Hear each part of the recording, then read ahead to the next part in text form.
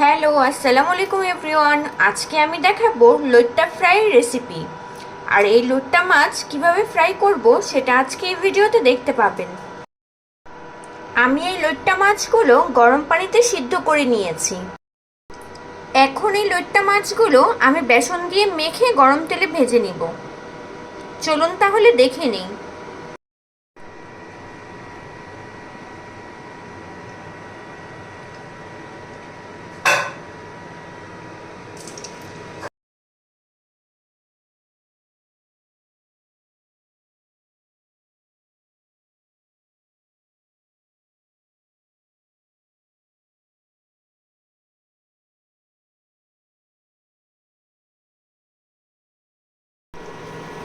ভাজা হয়ে গেছে, এখন তুলে নিব।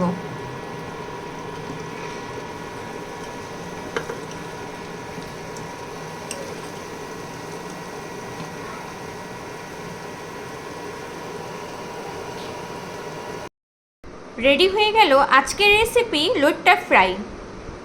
আপনাদের যদি আমার এই ভিডিওটা ভালো লেগে থাকে, আমার ভিডিওতে একটা লাইক এবং শেয়ার করে দিবেন।